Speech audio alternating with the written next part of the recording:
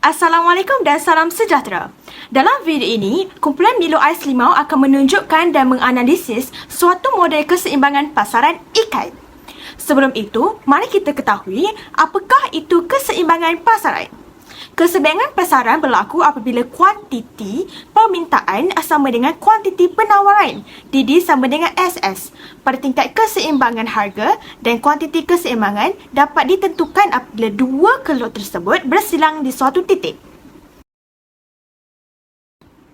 Antara sebab kenapa kami memilih ikan sebagai produk model keseimbangan kami ialah pasaran ikan dapat ditentukan melalui dua, iaitu harga ikan itu sendiri dan dua, cita rasa pengguna. Objektif kajian ini ialah satu, mengenal pasti model keseimbangan ekonomi terhadap ikan di pasaran menggunakan pemboleh ubah matematik. Dan kedua, mengenal pasti penggunaan matematik dalam ekonomi. Andaian pertama adalah keseimbangan pasaran ikan berlaku apabila QD sama dengan QS pada titik E, iaitu pada harga keseimbangan P dan kuantiti keseimbangan Q. Keseimbangan tidak akan dicapai jika lebihan permintaan atau lebihan penawaran berlaku. Pada di sebelah saya menunjukkan keseimbangan pasaran ikan. Seterusnya, istilah keseimbangan pasaran digunakan untuk menerangkan keadaan di mana semua pemboleh ubah telah mencapai titik masing-masing. Sekiranya permintaan atau penawaran berubah, maka wujudnya keseimbangan baharu. Di sebelah kiri saya menunjukkan apabila penawaran bertambah, keseimbangan pasaran berubah dari E ke I1, manakala di sebelah kanan saya menunjukkan apabila permintaan bertambah, keseimbangan pasaran akan berubah dari E ke I1. Andaian seterusnya adalah apabila harga ikan meningkat, permintaan ikan akan menurun seperti yang ditunjukkan dalam raja di sebelah kiri saya, iaitu apabila harga meningkat dari P0 ke P1, kuantiti permintaan akan menurun ke Q0 ke Q1.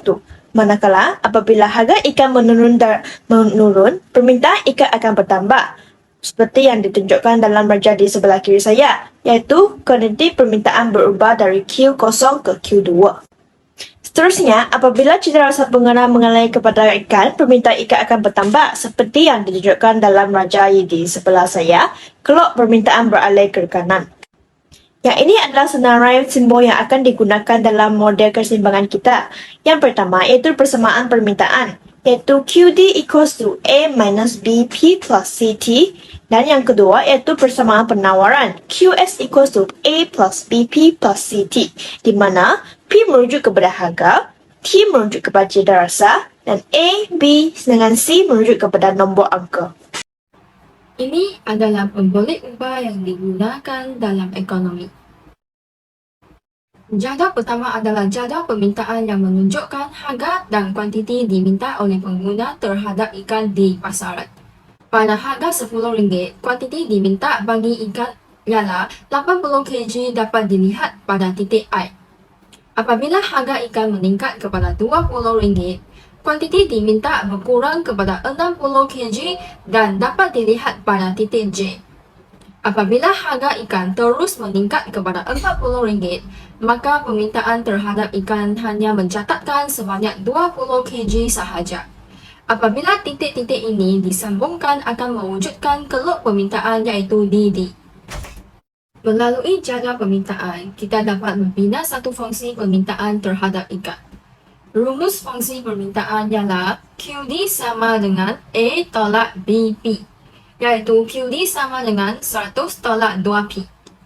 QD sama dengan 100 tolak 2P merupakan model ekonomi bagi kuantiti diminta ikan. Jadual 2 adalah jadual penawaran. Pada harga RM10, kuantiti yang ditawar bagi ikan ialah 20 kg dapat dilihat pada titik A. Apabila harga ikan meningkat kepada RM20, kuantiti ditawar bertambah kepada 40 kg dan dapat dilihat pada titik B. Apabila harga ikan terus meningkat kepada RM40, kuantiti ditawar terhadap ikan mencatatkan sebanyak 80 kg dan dapat dilihat pada titik D. Apabila titik-titik ini disambungkan akan mewujudkan keluk penawaran iaitu SS. Melalui jadual penawaran, kita dapat membina satu fungsi penawaran terhadap ikan. Rumus fungsi penawaran ialah QS sama dengan A tambah BP, iaitu QS sama dengan 2P. Raja yang ditunjukkan adalah mengenai keseimbangan pasaran ikan. Garis putus-putus berwarna merah menunjukkan di mana keseimbangan pasaran telah dicapai. Keseimbangan pasaran ikan dicapai pada titik I0. Apabila kelok permintaan bersilang dengan kelok penawaran dengan tingkat harga RM25 dan kuantiti keseimbangan 50 kg. Seterusnya saya akan jelaskan bagaimana perubahan cita rasa masyarakat mempengaruhi keseimbangan pasaran ikan. Jadual menunjukkan kuantiti diminta ikan di pasaran pada pelbagai tingkat harga sebelum dan selepas peningkatan cita rasa masyarakat. Selepas peningkatan cita rasa masyarakat, permintaan ikan di setiap tingkat harga meningkat. Dengan menggunakan angka dalam jadual tersebut, fungsi permintaan yang terbentuk ialah QD bersamaan dengan 100 tolak 2P.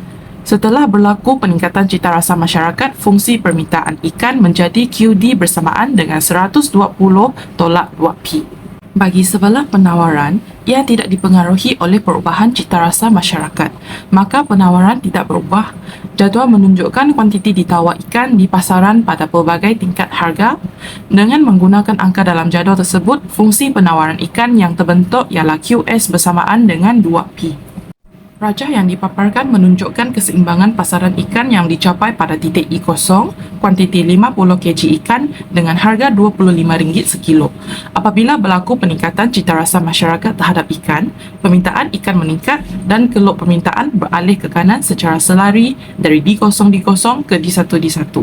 Keseimbangan pasaran ikan yang baharu dicapai pada titik I1, kuantiti 60 kg ikan dengan harga RM30 sekilo. Keseimbangan pasaran ikan berlaku apabila kuantiti permintaan ikan sama dengan kuantiti penawaran ikan, iaitu QD sama dengan QS pada harga dan kuantiti keseimbangan tertentu. Keseimbangan tidak akan dicapai apabila berlaku lebihan permintaan atau lebihan penawaran. Dalam modal keseimbangan pasaran ikan, harga ikan dan cita rasa memainkan peranan penting dalam menentukan permintaan ikan. Fungsi permintaan ikan ditentukan oleh persamaan QD sama dengan A tolak BP tambah CT. Manakala fungsi penawaran ikan ditentukan oleh persamaan QS sama dengan A tambah BP tambah CT. Harga ikan sendiri berubah akan mempengaruhi permintaan dan penawaran ikan. Apabila harga ikan meningkat, maka permintaan ikan akan menurun. Sebaliknya, jika harga ikan meningkat akan menyebabkan penawaran ikan meningkat. Keseimbangan pasaran ikan akan berubah apabila terdapat perubahan dalam permintaan ikan akibat peningkatan atau penurunan cita rasa. Peningkatan cita rasa mengakibatkan peningkatan permintaan ikan yang akan menyebabkan kelok permintaan beralih ke kanan dan keseimbangan pasaran ikan berubah dari I0 kepada I1. Pada keseimbangan baru, I1, kuantiti ikan yang diperdagangkan meningkat dan harga ikan meningkat. Modal keseimbangan pasaran ikan dapat memberikan pemahaman mengenai hubungan antara harga, permintaan dan penawaran ikan di pasaran. Penggunaan matematik dalam ekonomi memungkinkan kita untuk menganalisis dan memodelkan fenomena ekonomi, termasuk keseimbangan pasaran. Dengan pemahaman mengenai keseimbangan pasaran ikan dan pengaruh perubahan cita rasa terhadap keseimbangan tersebut, pemangku kepentingan dalam industri perikanan dapat mengambil langkah yang tepat untuk memenuhi permintaan pasar dan menjaga keseimbangan antara penawaran dan permintaan ikan.